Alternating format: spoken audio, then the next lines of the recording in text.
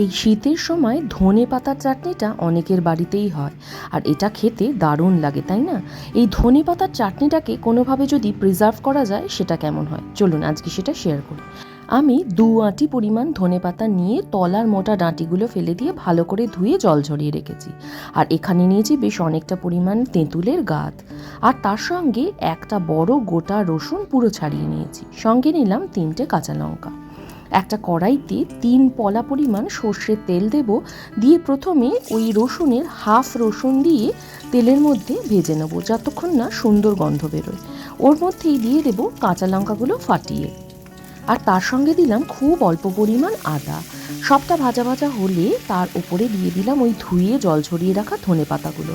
ধনে পাতার মধ্যে অনেকটা জল তখনও থাকে, সেই জলটা যেন পুরোপুরি শুকিয়ে যায়, সেই কারণেই ধনে পাতাটাকে তেল আর মশলাগুলোর সঙ্গে ভালো করে নেড়ে চেড়ে নিলাম।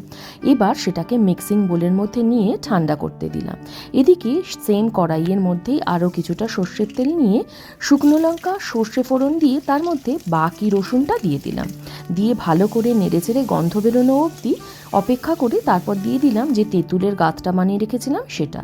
সঙ্গে হলুদ গুঁড়ো, জিরের গুঁড়ো, ধনের গুঁড়ো সবটাই আন্দাজ মতো দিয়েছি। আর তার সঙ্গে দেব বেশ কিছুটা পরিমাণ চিনি, খুব বেশি নয়, জাস্ট নুন আর টকটাকে ব্যালেন্স করবে এরকম। আর একদম লাস্টে অ্যাড করে দিলাম নুন।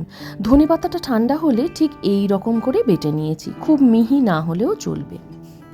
কড়াইতে যে মশলাটা বানিয়ে নিয়েছিলাম গ্যাসটাকে অফ করে ধনে পাতার পেস্টটাকে ওই মশলাটার সঙ্গে ভালো করে মিশিয়ে নিলাম। বেশ তেল ছাড়া অবধি নেড়ে চেড়ে ঠিক এই রকম অবস্থায় রেখে দিলাম। এবার আর কিছুই না, একটা কাঁচের শিশিতে ভরে ছাদের বেশ গনগনে রোদে বেশ কিছুদিন ধরে এটাকে রোদ খাওয়াতে হবে। দেখুন রোদ খাওয়ানোর ফলে ওপর থেকে আরও তেল বেরিয়ে এসছে। ব্যাস সারা বছর এনজয় করুন।